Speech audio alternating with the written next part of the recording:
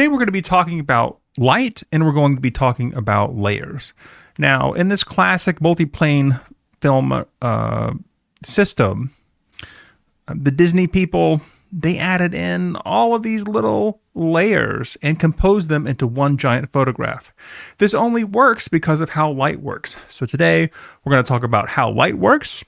We are going to talk about layering across photographs, audio, and video.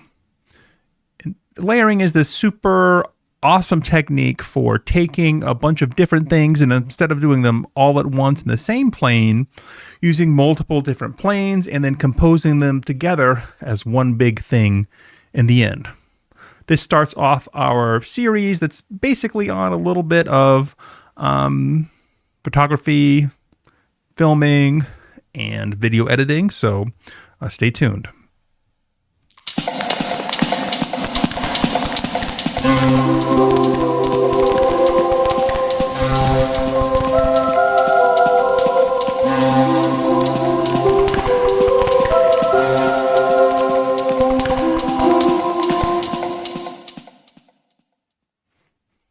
So, here we are. Hopefully you have something like a camera or a camera phone. And as you know, if you can see something, it's because it is lit somehow. It is lit with light. Light is made up of photons. And I'm not going to get into the physics directly in there, but we will talk about a little bit of it. So let's talk about light.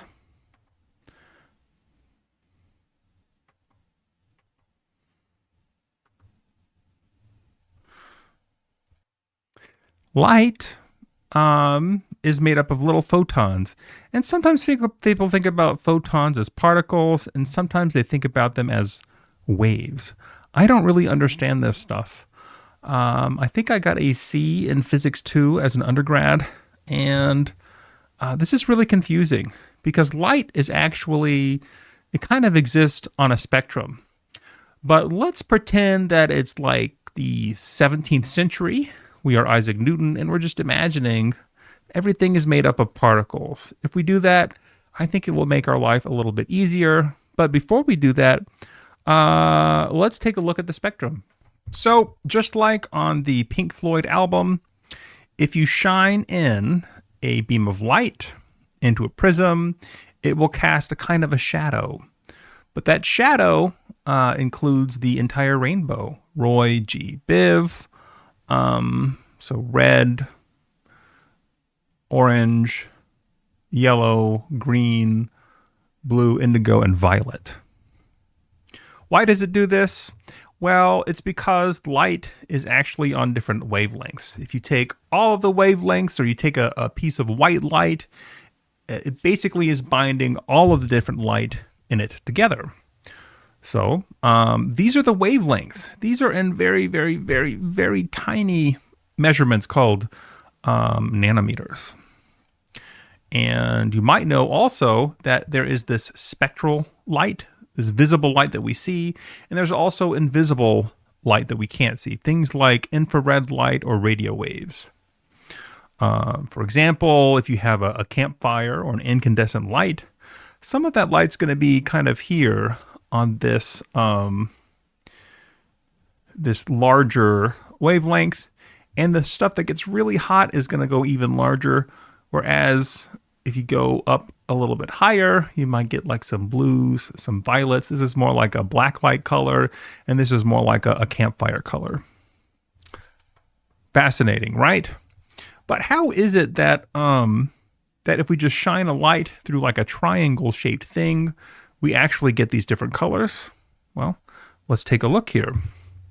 If you have a light and it shines through something, let's say that the light is traveling this way from the light bulb, and it hits something like a prism.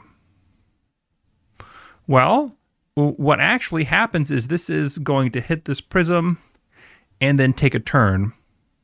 And it's going to go towards the normal here. And then on the way out, it's going to go back this way.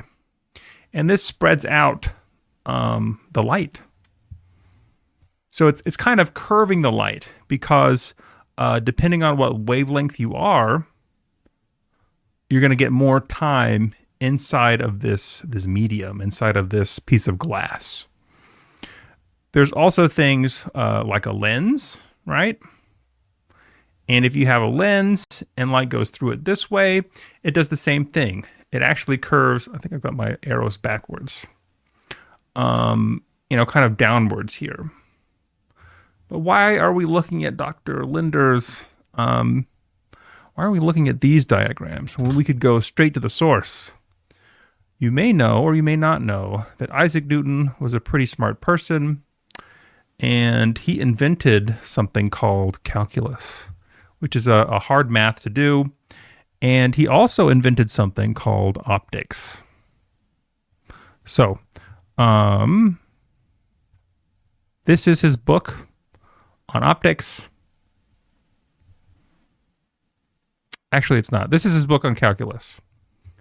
And it describes a bunch of things like, how to calculate derivatives, how to look at things visually and understand them. But pretty much at the same time, he also invented optics. And optics is about how light works, diffraction, diffusion, reflection. We'll go over a couple of these, but let's just take a look at some of these pretty charts for a minute, right? So in his version, light's coming from this way through a prism, and then it's bending. And then at some point, there's a focal point here. This focal point, this is basically where you'd want the camera to be sitting to get the clearest view of this point, I think. But essentially, this point is where everything focuses. So if you've taken a magnifying glass and you've lensed it out, and then you see like this tiny little point, that's what that point is. He has another version here where light is coming in from this way, and then it bends down this way, and then again, it goes into this medium, goes straight, and then kind of bends on the way out, and you would get these kind of rainbow effects. He shows all of these different diagrams explaining this. And this thing that happens where it goes through something and it changes some, this is called refraction. So let's just get a couple of terms on the board here. So let's talk about these terms here. So there's reflect. This is what happens like on a mirror. So something goes in and it comes out the other way, and it kind of is symmetrical to this normal on the mirror. So if you imagine this as a mirror and you have a light shining here, the light would shine out that way up there.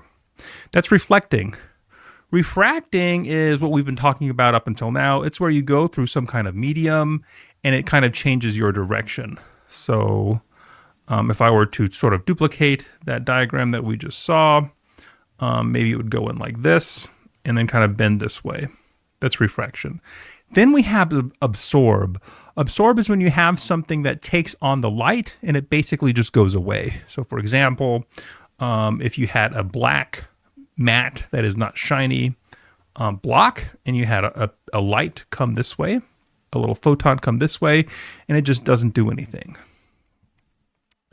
Then we have something called diffuse. Now, diffuse is very similar to refraction, except you imagine it as basically giving the light sort of random pathways to go through. So you can imagine a very thin sheet of plastic that has all these little bumps on it. Or you can imagine the sky where there's a lot of different light and the pieces of dust and stuff, and just air, I guess, is kind of like a very, very tiny sort of lens thing. And what happens is if you have multiple different pieces of light coming in nice and straight, say from a laser, after it hits this medium and does some kind of refraction, it's actually going to have some slight variations in the angles that it goes. And the effect of this is it creates less harsh shadows. And it might be creating less harsh shadows in a way that's very productive for video or photography. So we have reflect.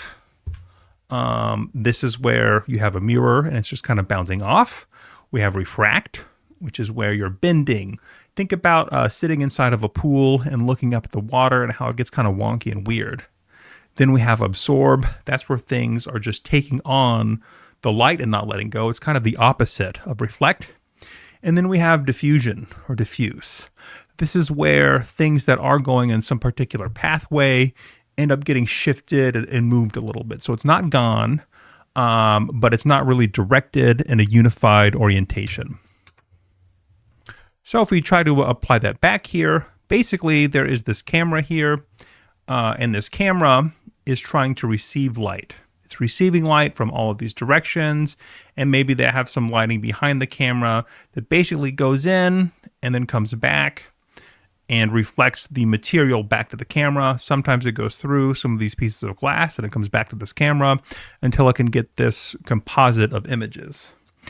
Similarly, we have this camera right here, and this camera has a lens on it that focuses all of that information, all of those little beams of light, into a sensor inside of the camera. So if you have a DSLR camera, you might be able to take off the lens and see that inside there's a mirror that reflects up to a sensor. I think it might be hidden based on some things here.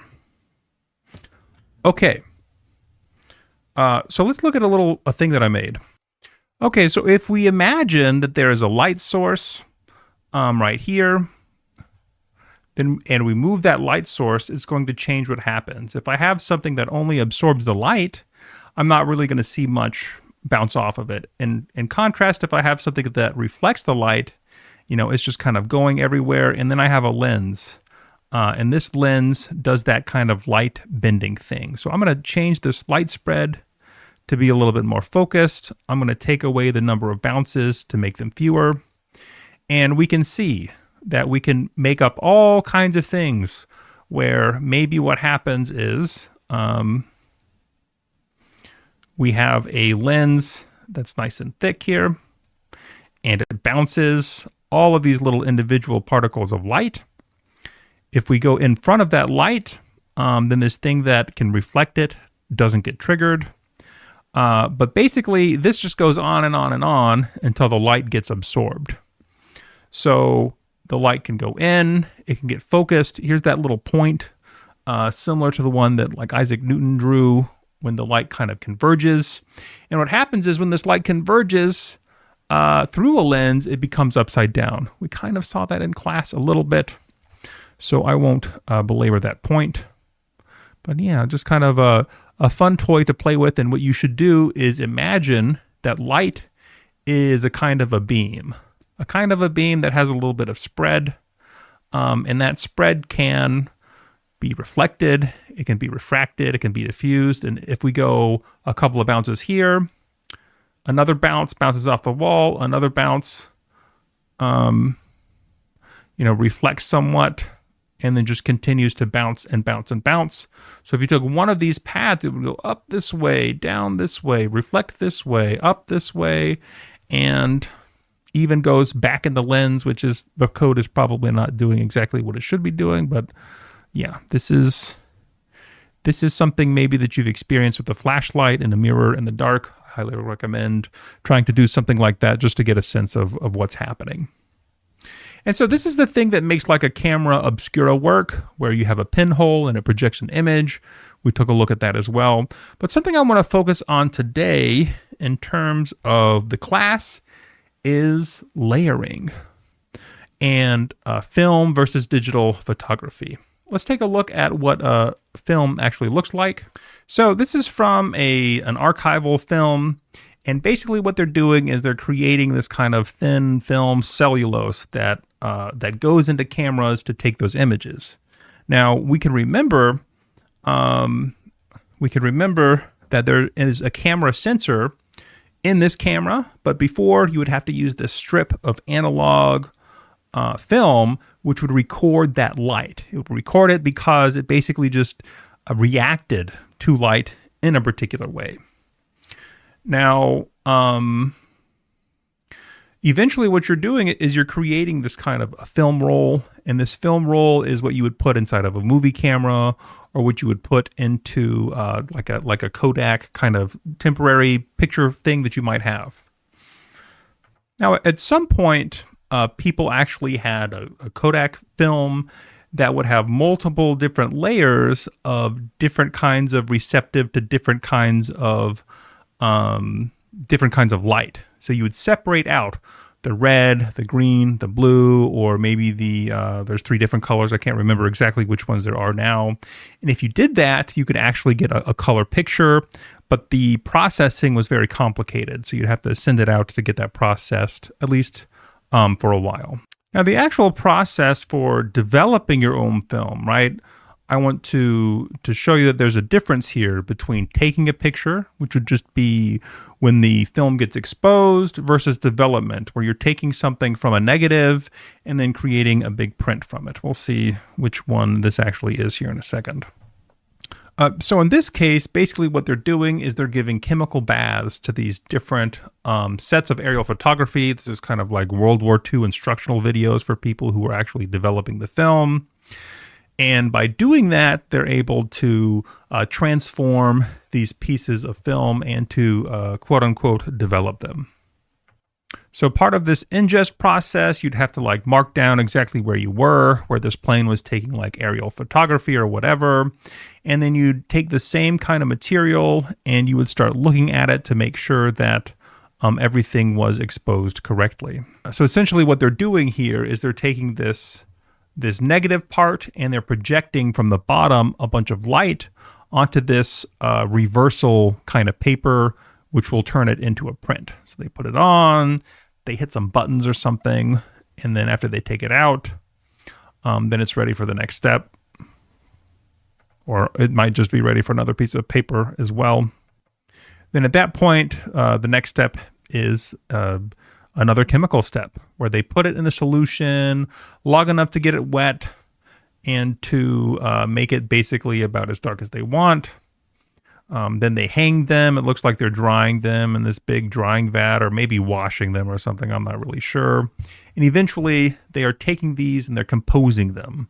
They're kind of ironing them out, and they have their aerial photographs based on not just one big picture, but on lots of pictures all composed together. Is he actually just stapling them? Yeah, this is much easier with modern software. So I think that gives us kind of a flavor. This is not a film photography class. And so let's just jump right into the digital. Okay, so here we have an opportunity to play around with kind of the settings on the camera. We could go to shutter priority, aperture priority, or just do manual. And you'll note that these kind of knobs on there kind of match up with the knobs over here on many of the different DSLR cameras. Things you can impact are things like shutter speed, how long it's exposed to light. With lots and lots of light, it can get over bright. With not enough light, it can get too dark. Then we have things like f-stop. So if you don't have enough light, you might be able to increase the aperture. And when you do, sometimes it kind of blurs out all the stuff behind it. That can be a good thing, that can be a bad thing, depending on what you're actually going for.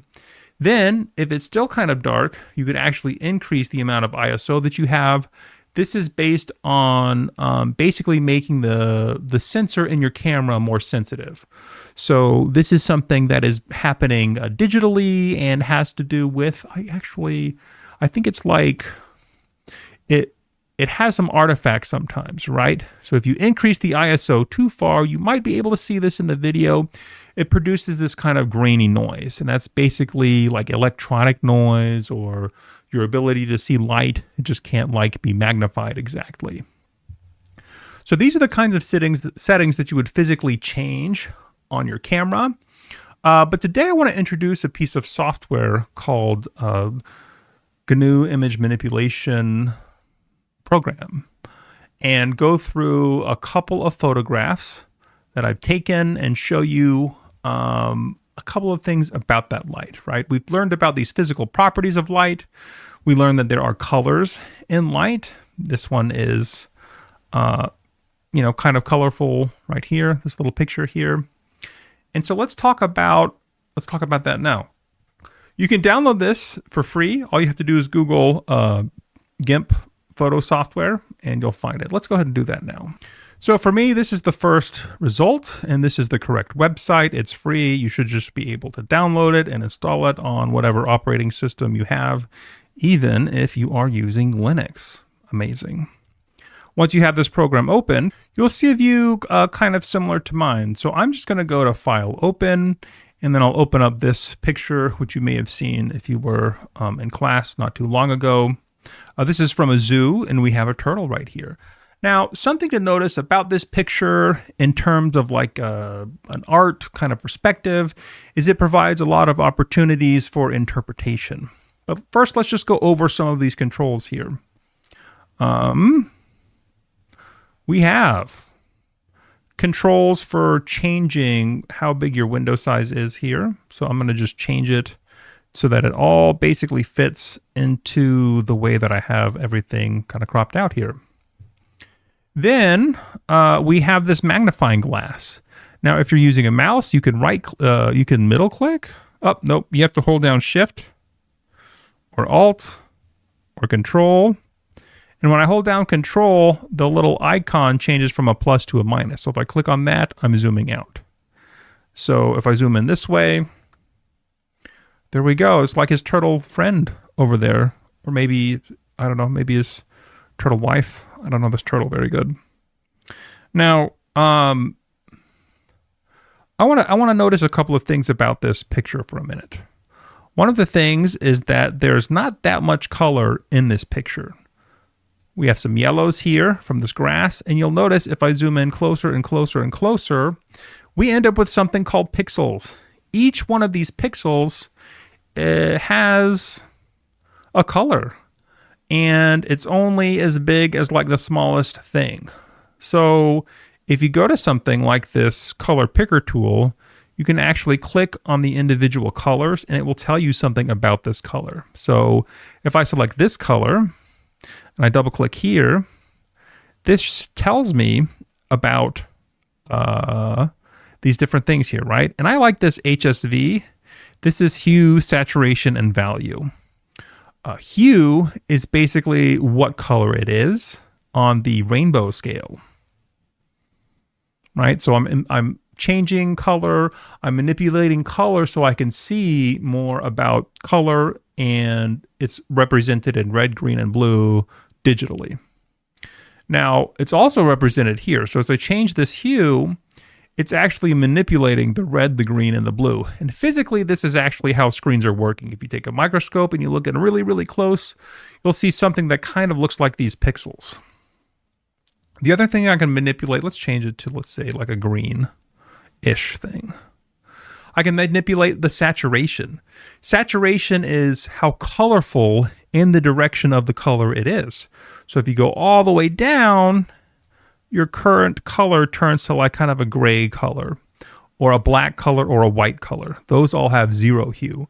If I take it all the way back up, oh, I lost it.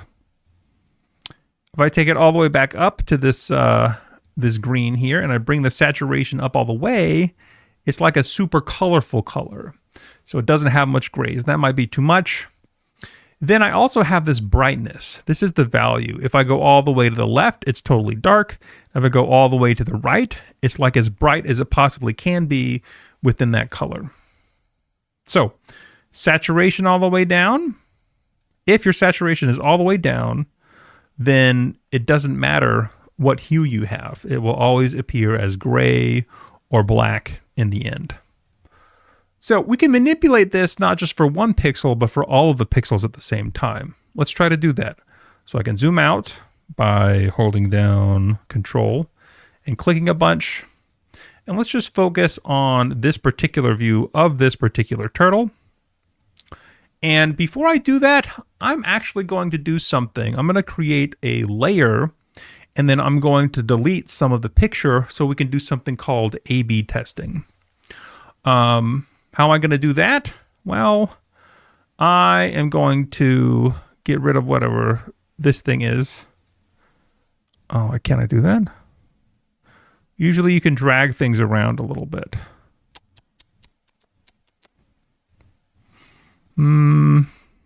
Okay. I am breaking things a little bit. That's okay. So I'm just going to drag this window up so we can see this better. Let's go right here. So right here, this is basically our layer view. And you can do things in a manipulation program that very much mirror this multi-plane camera, right? So remember we had these layers here, where in the very back we have the moon, and then we have like a landscape, and then a thing and a thing and a thing, and then finally we get to the camera taking the picture. This is kind of a simulation of that. So if we hop back, we have this turtle. And just to really help us appreciate how this is working, I'm even just going to make a new image. I don't know how big it is. It doesn't really matter. It's very big, probably too big. That's okay. So the first thing I'm going to do is I'm going to make a bunch of different layers like this. And I'm going to make sure that they have an opacity that is visible. That's a new path. Okay. New path. Where's my new layer?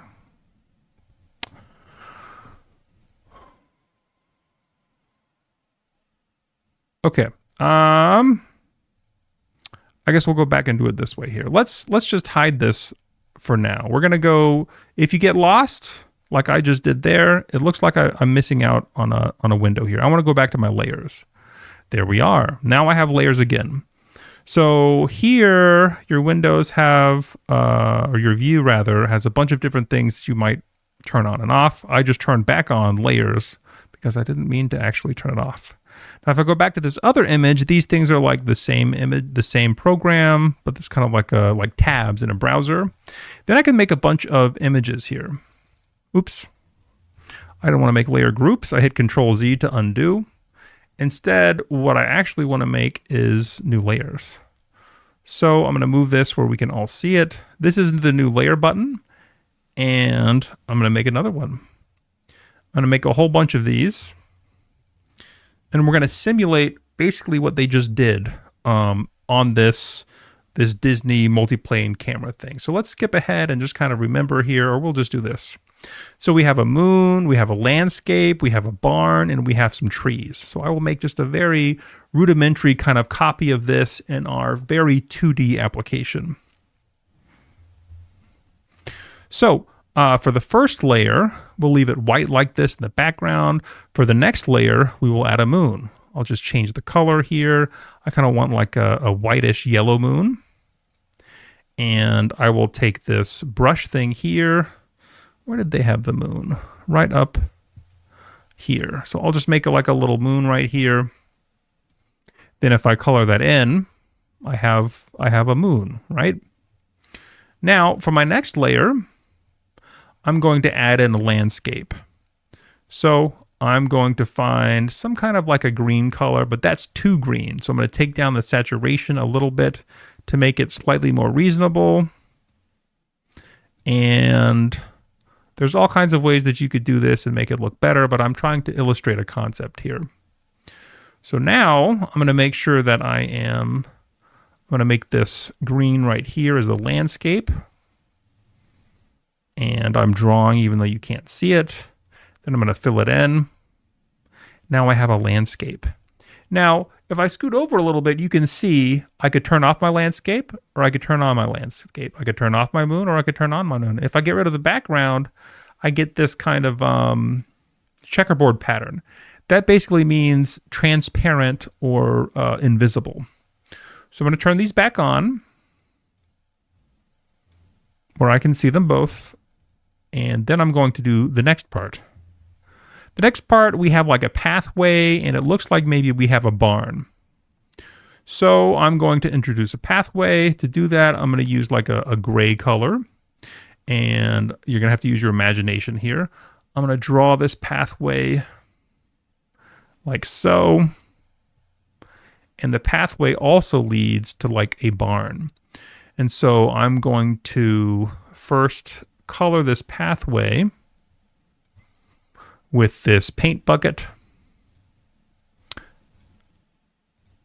Then I am going to go back to my brush I'm going to make a barn. I'm just going to make sort of like a 2-color barn. So I'm going to start with like something like this for an outline, and we're going to make it super basic. It's really far away, so I'm not too worried that it, oops. You know, I actually have a pen here. I should be using the pen. So here, maybe we have like a barn. It looks kind of like this. Maybe it's kind of like 3D in the way that it stands. We can shade in this part. And then I'm going to have another part as well, which is a different color. It's like more barn color. So I'll just shade that part in here because it's a little bit faster. I'm going to use this paint bucket tool. And we're kind of getting there, right? Finally, in this image, we have a couple of trees. And so I'm just going to switch to more of a brown. Brown's kind of like over here somewhere. And I am just going to add just the most basic trees that you can add. Just like this. So we'll have a couple of trees, and it looks like the trees are pretty close in the foreground. So they're almost like covering, the other things. But you know what I did? I forgot to change layers. So what layers do we have? We have this layer. Ooh, I broke it. But that's okay. You know what we can do? We can fix it. We can use a different kind of a tool called the lasso tool. And I can select all the things that were from this barn. And then I can move it. So I'm going to take this lasso tool. I'm going to kind of click select the things that it's connected to. Now if I hit Control X, or if I right click and I hit Edit Cut, then I can just paste it right onto layer 2. And they're now separated. So now I can turn off my barn. I could turn off my other things, and I'm going to move this down. Okay, so above all that, we also have trees. So I'm going to start drawing trees. So on these trees, I'm going to draw them. First I have to deselect. So select none. I'm going to draw them on this layer right here, and I'm going to draw them sort of in the front. So that's not good. So I'll draw some real big trees right here.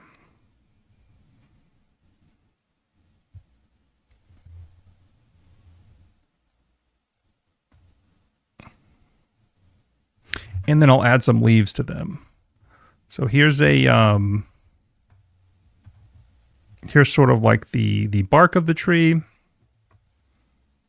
right? And then I'm going to switch back to my brush, and I'm going to go for something more greenish for the leaves. I'm not really drawing branches, but that's okay. And then I will fill that all in. There we go. Now, something you might have noticed is the colors are not great on this. But now we have all of these different layers at the same time. So I can actually go to this move tool right here. I can try to, I want to hide whatever this thing is. What is this? I don't know what that is. Oh, well. Now I can hide different layers at the same time. I think this background is maybe too bright. So I'm going to make it a little bit darker. I'm just going to select this background. And now I'm only editing that particular layer here, right? It's like I'm only drawing on a layer, and that layer is even behind this moon. So I'm going to go to something called, is there a gradient tool? If I right click, I can get to a gradient tool. And the gradient tool, I'll be able to select like a really dark color. And then I also want to be able to select a kind of a lighter color that is also pretty dark. Different colors anyway. So if I do that, then if I'm selecting this, I can click up and it'll kind of draw that for me. You know what? On second thought, I don't really think that improves the image at all. So we're gonna just leave it as it is. I might decide things though and want to edit that one at a time. So for example, I see that the sun, it doesn't have any rays, or I might want to make it bigger. Well, what can I do? I can click in this layer. I can transform this by hitting Control T on the keyboard. Yeah, let's just move it. We can move it, right? I can move this sun around, and maybe it should come from over here. I can click on this thing on the bottom, and I can move this around. Maybe I want it to be higher. Maybe I want it to be lower. So this kind of simulates that multi-layer thing. I can move this around. I might want to have it like more on the ground here.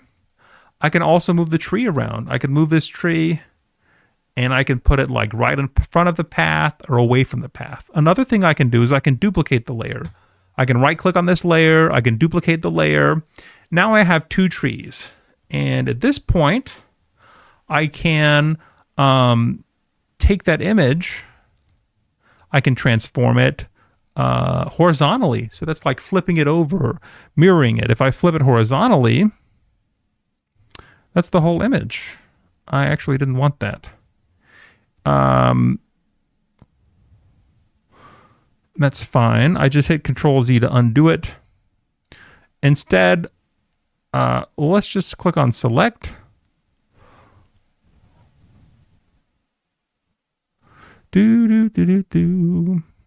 Okay. We'll select the tree like this. Then if we right click on it, we might be able to transform it. So layer transform, that's what we want. And you can't see it on your screen, but I can see it on mine. Maybe I'll hide. Flip horizontally. Now, I actually have the background selected. That's not good.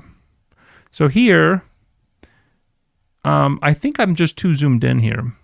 That is my problem. If I zoom out, I have my other tree here. I can click on the correct layer. I can move it in. And there we go. Then maybe I'll finish by cropping. So I can select all this image that I made right here. And if I click on this crop tool, then I'm in the crop tool.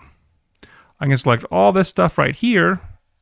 And then if I press enter, then this is my new image. There we go. So if you're good at drawing art or you're mixing in these things, you can kind of mix and match them, and they're very nice to do. So these all have layers. The other tool I want to show you here is that cropping tool, and to talk just a little bit about this turtle. If you want to show the turtle happy, you might want to not have this cage part in the back. So I'm going to zoom out, and I'm just going to crop just this turtle, making it look like he's moving forward, making progress. So if I hit that crop button and I select all of these things here, then I press enter, then there we have it. This is like a very forward-moving, very energetic kind of a turtle. If I hit Control Z and undo that, I can recrop that image, right? I can show more of like the ugly parts of the zoo, and maybe that turtle now, in this kind of a crop, it kind of looks sad, right? It's like, I don't want to be here. I don't want to be caged in here. And this gets back to this rhetorical context concept that we looked at. Should we relook at that again? A rhetorical situation. Whereas this part, you see like the cords, you see the cages, you can tell that this turtle is like not really living to the fullest life. Let's look at the rhetorical context for a second. And then I want to preview a couple of programs that you might use in your free time to learn more about film editing. So just to really bring it home here, we can use the rhetorical situation for videos, for photography, for whatever. And so you as a writer, you might have some goal in mind, some kind of purpose that you're doing. And that purpose might be to show the turtle as like a caged zoo animal or as an inspirational creature moving forward or whatever. You may also have the subject, right? In this case, sometimes the subject is the turtle. Sometimes the subject is like the prison of the turtle. So just if you think about these kinds of things in this model, it gives you lots of room to be able to have more creative control and to send across a message that hits in the right way. So in this case, like the text here is really, it's more like the photograph that we're actually showing. It's just a kind of a media. So when you see text here, just think media, just think a thing, just think of any kind of thing that you can creatively express yourself with. Let's talk a little bit more about layers. This is a free program called Audacity. You can use it to edit sounds. You can use it to record like music. It's a very low level kind of a tool, meaning that you can really get into the nitty gritty. So let's just see if I hit record, if it even can record while I'm doing this other recording. So as I say things here, let's just zoom in super duper close. Check 1, check 2. I think it might be using a different sound here. Let's see if I can change the mic. Do do do do do do do do. Check 1, check 2. Okay, it looks like it's okay on my other system here. Instead of using this, I'm going to try to use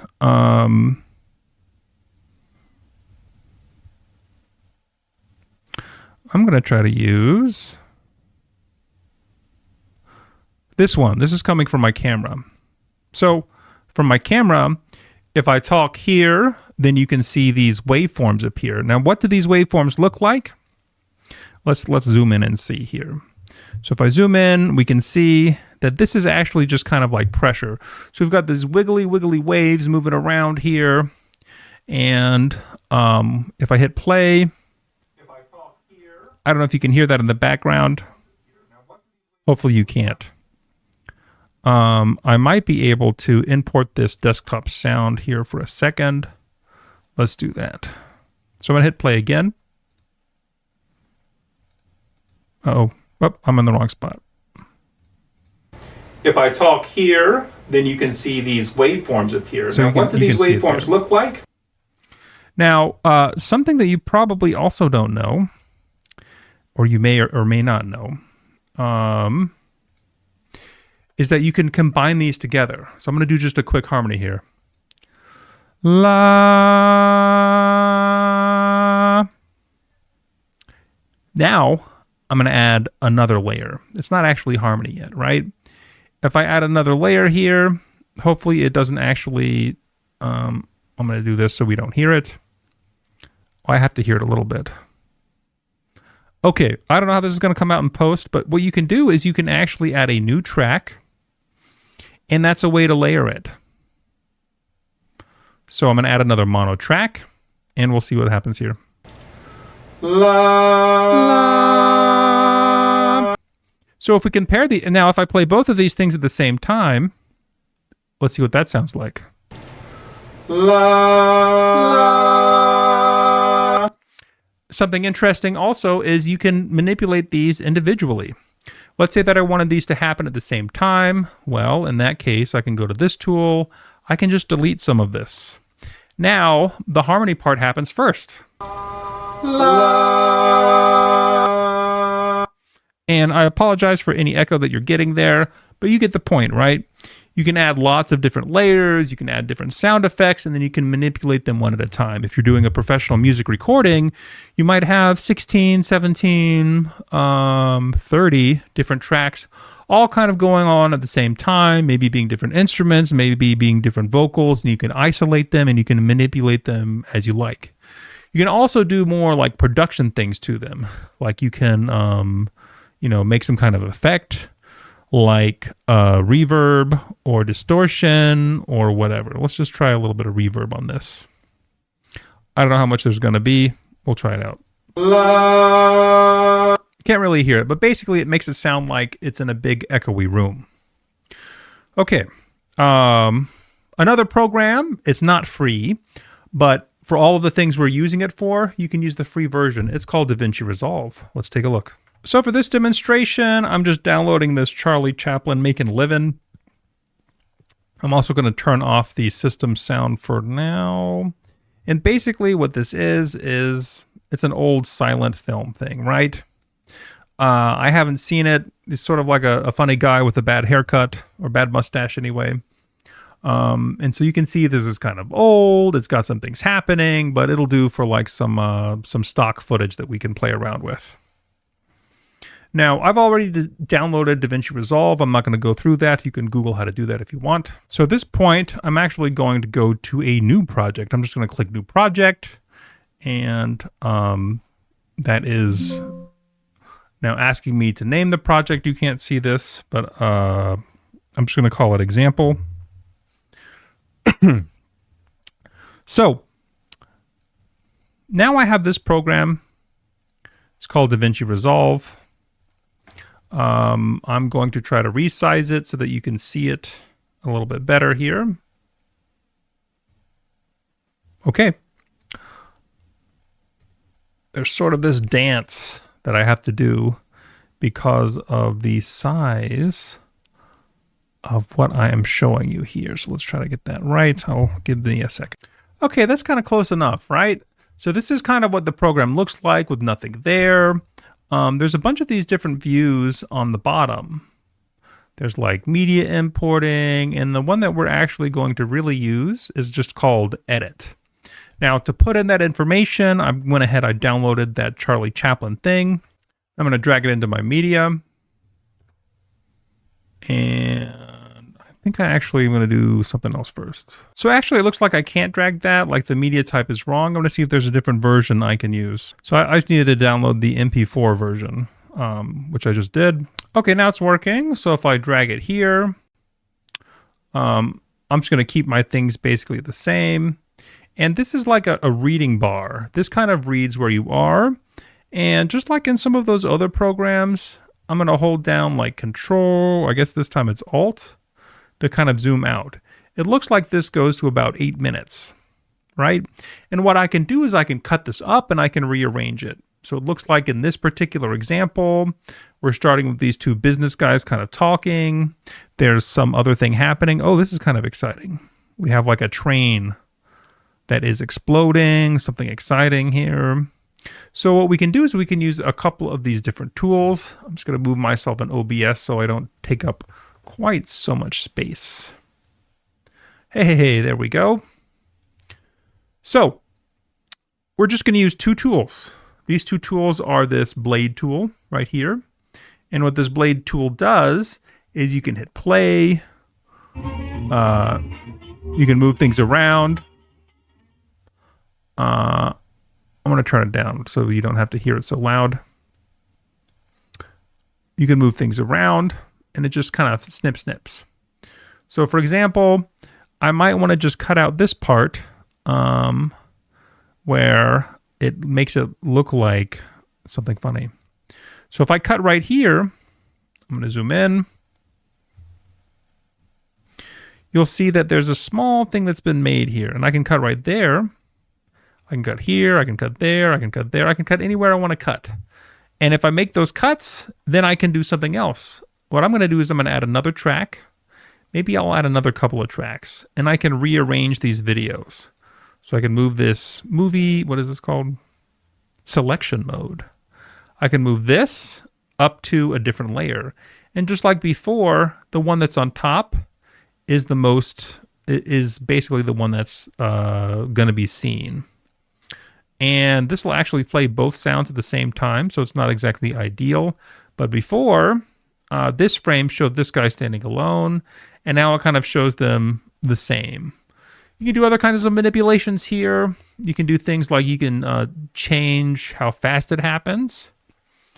That seems kind of fun, right? Let's do that. So we're just going to take a small clip here of them working on this train, and we're just going to show it a couple of times in a row. So I'm going to cut just the parts I'm interested in. which are basically where this train part happens. So we have this train part here, we have another train part, but it's all kind of intermixed with this information. So I'm going to cut it there, and then I'm just going to get rid of the rest of this content. I'm going to go to the selection tool, I'm going to kind of click and drag, I'm going to hit delete on my keyboard, delete there, and this is just going to show jump cuts of the parts where there's trains, just to kind of get you used to how this editing part will work. So first I'm just going to drag it all the way to the beginning. And this is like my playhead. And if I hit play here, I can see there's a train part. Then I'm going to take my blade. I'm going to hit that there. I'm going to drag it. This is just a dude running. I only want train parts. This is kind of a train part, but I can't see the train, so I'm going to skip it. There's another train part, so I'm going to cut that. Goes to here. We just have a bunch of people freaking out, followed by more train parts. That's what this is so far. Okay.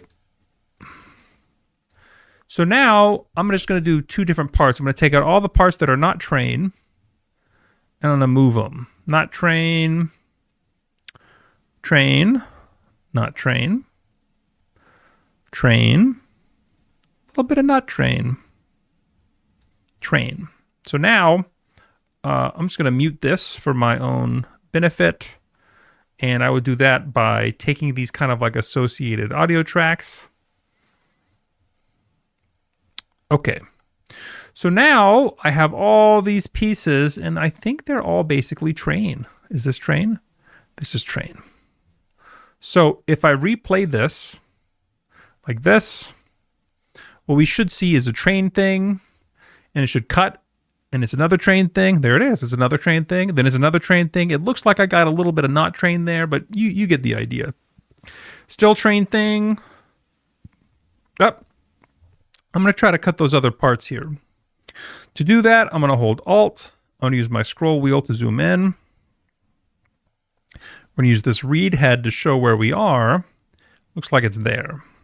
So if I click this blade, and I click the selection, I can hit delete on my keyboard, get rid of that.